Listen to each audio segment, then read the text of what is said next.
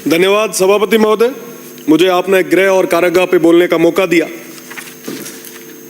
Corona warrior कहूं या police कहूं या हमारे इस प्रदेश की आंतरिक सेना कहूं, जिनकी बदौलत आज हम सब शांति से ये सदन चला पा रहे हैं, शांति से बाहर आराम से घूम पा रहे हैं, चाहे हमारे परिवार हो या चाहे कोई और, सब आराम से घूम पा रहे हैं, तो वो सिर्फ और सिर्फ हमारे इन पुलिस के इन मजबूत सिपाहियों की बदौलत है।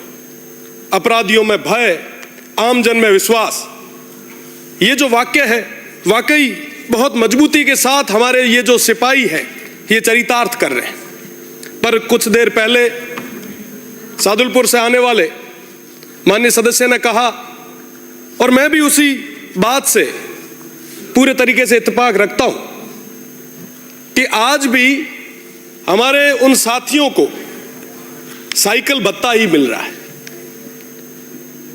मंत्री महोदय, आजादी के इतने साल बाद आपको यह मौका मिला है कि कम से कम ये साइकिल भत्ता जो वर्ड है इसको तो चेंज कर ही दीजिए। और अगर आप इन सिपाहियों को अलग से अगर भत्ता देते हैं तो निश्चित रूप से ये इस प्रदेश सरकार का एक बहुत बड़ा कदम होगा। आज के समय में मैं इसकी बात करूं या चाहे छोटी छोटी डिमांड्स जो हमारे constable, head constable, ASI, SI की है, उनको पूरी तरीके से नजरअंदाज किया जा रहा है।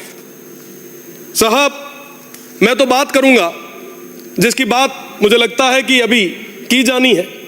जब भी यहां से निकलते हैं तो हमारा ट्रैफिक रुकवाने के लिए 4 हमारे जो सिपाही साथी हैं वो गेट पे खड़े होते हैं। वो 24 घंटे वहां पे ड्यूटी देते हैं। हम 10 मिनट के लिए अगर सड़क पे खड़े हो जाते हैं तो हमें लगता है कि साहब कितना पॉल्यूशन है। जो 24 घंटे वहां पे खड़ा रहता है उसकी क्या हालत होगी, उनकी मेंटल हेल्थ के बारे में चिंता कौन करेगा।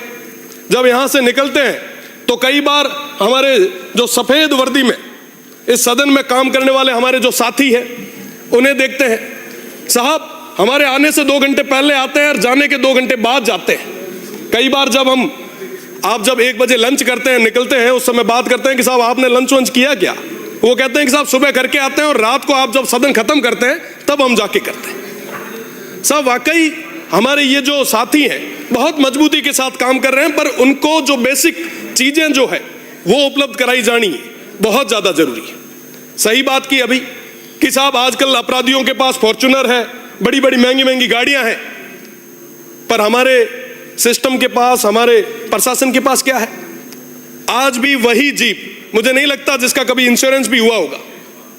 कई बार साथी कहते हैं कि साहब हमारी इन जीपों का इंश्योरेंस भी नहीं है, अगर ये खराब हो जाती तो हमें अपने तरीके से सही कराना पड़ता है। ये हालत है हमारी। फिर भी ये लोग पूरी मेहनत के साथ, पूरी ईमानदारी के साथ काम कर रहे हैं।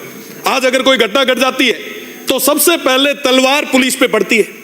साहब, ये पुलिस वालों ने सही काम नहीं किया। कोई चोरी हो गई, साहब एसएचओ को उड़ा दो।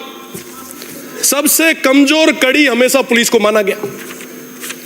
कई सारे उपनाम हमारे इस सिस्टम ने, इस सोसाइटी ने दे दिए। आज जरूरी है कि हम इनको मजबूत करें। जो ग्राउंड पे काम करने वाले हमारे वो जो बीट के अधिकारी हैं उनको करें। डीपीसीज की बात हो रही थी, काफी लंबे समय से वो प्रयासरत है, उनकी कोई बात सुनने के लिए आगे नहीं आ रहा। साहब, जब आर्मी को केंद्रीय स्कूल्स मिल सकते हैं तो हमारी जो पुलिस लाइंस है उसके अंदर अच्छी क्वालिटी की एजुकेशन के लिए क्यों नहीं अच्छे इंस्टीट्यूट हम तैयार करें। साहब, ये तैयार करना हमारी जिम्मेदारी है। आज डिजिटल युग है, साइबर का युग है, हजारों करोड़ों के फ्रॉड हो रहे हैं, पर साहब आज के समय में हमारे थानों के अंदर पड़े हुए कंप्यूटर बिल्कुल पूरे तरीके से खाक छान रहे हैं। हमारे पास कोई सिस्टम ही नहीं है।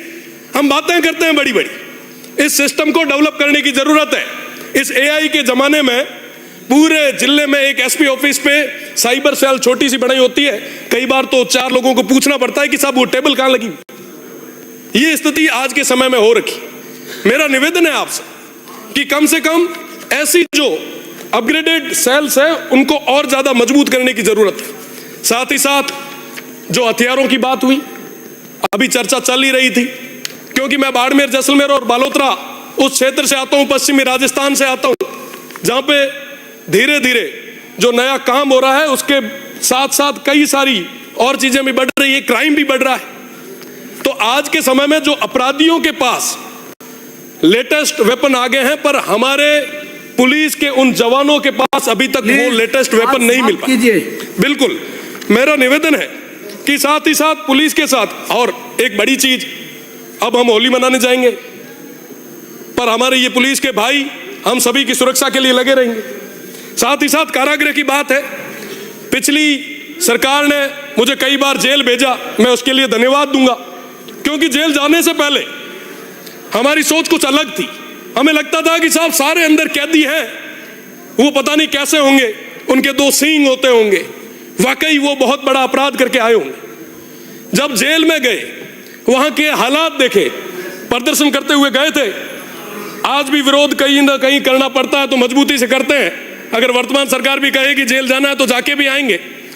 मैं निवेदन करना चाहूंगा कि वर्तमान के अंदर जितने भी जो अपराधी हैं, आप उन्हें अपराधी कहो, कैदी कहो, बहुत 80 से 90% लोग ऐसे हैं जिन्होंने बिना किसी इंटेंशन से एक्सीडेंटल कोई एक्ट हो गया, और उनमें से भी 50 से 60% जो है वो 18 से 30 साल की उम्र के हैं। मुझे लगता है कि जो सुधर सकता है, जो मुख्य धारा में आ सकता है, उसे हम जेल में भेजकर और बड़ा कुख्यात अपराधी बनाकर बाहर निकाल रहे हैं। जेलों के अंदर और जेलों के ऊपर काम करने की जरूरत है। यहाँ पे माननीय 200 सदस्य विराजे हैं। मेरा तो निवेदन है कि अपने अपने जिलों की जेलों को एक बार आप करीब से देख कर आए, आप वहां जाके देख के आए कि वाकई वहां के हाल क्या है, गुर्जर, और जेल के अंदर वो तमाम सुविधाएं दिलाने की जरूरत है। भैया जी एक मिनट, एक विशेष मांग मारी कि कम से कम जो कैदी है उनको वीडियो कॉन्फ्रेंसिंग के जरिए अपने परिवार से बात कराने की सुविधा भी हमारी प्रदेश की सरकार को करवानी चाहिए। कम से कम आदमी फ्रस्ट्रेशन से बाहर निकलेगा, सही सोचेगा। स्किल्स के मामले में काम करने की जरूरत है। अंकित नहीं होगा। माननीय सभापति महोदय, आपने मांग संख्या